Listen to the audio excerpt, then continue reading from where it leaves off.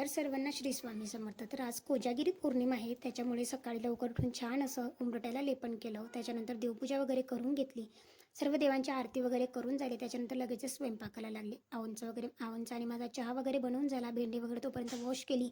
छान अशी भेंडी सुकलेली होती, पाणी वगैरे निघून गेलं. त्याच्यानंतर छान भेंडी वगैरे कट करून घेतली. नंतर त्याच्यामध्ये हळद आणि मीठ वरतूनच टाकून घेतलेलं होतं.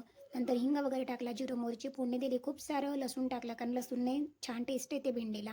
त्याच्यानंतर वरच्यावर फ्राय करून घेतली. लगेच साईडला पोळ्या वगैरे सुद्धा बनवून घेतल्या, कारण 10:30च्या आरतीच्या आधी सगळं बनवायचं होतं. आणि आज कोजागिरी पौर्णिमा असल्यामुळे केंद्रामध्ये सुद्धा कोजागिरी पौर्णिमेपर्यंत पाठ सुरू आहे. सो मला तिथे सुद्धा जायचं होतं, म्हणून लवकरच मीठ वगैरे टाकलं, झाकण ठेवलं आणि 15 ते 20 मिनिटांमध्ये भेंडी छान अशी तयार झालेली होती. त्याच्यानंतर केंद्रामध्ये आली आणि आज पाठाचा शेवटचा दिवस होता, म्हणून खूप सारी गर्दीसुद्धा होती. नंतर घरी आले, जेवण वगैरे आवरलं आणि सर्व काही कामं वगैरे आवरले आणि पुन्हा संध्याकाळी छान अशी देवपूजा झाली. आणि कोजागिरी पौर्णिमा असल्यामुळे रात्री ही सेवा करायची आहे, म्हणून संध्याकाळी आता प्रदोष काळामध्ये मी व्यवस्थित अशी पूजा वगैरे मांडून घेतली, छान पूजा वगैरे करून घेतली. आणि आता रात्री 12 ते 12:30मध्ये ज्या ज्या काही सेवा करायच्या आहे त्यासुद्धा रात्री करायच्या होत्या.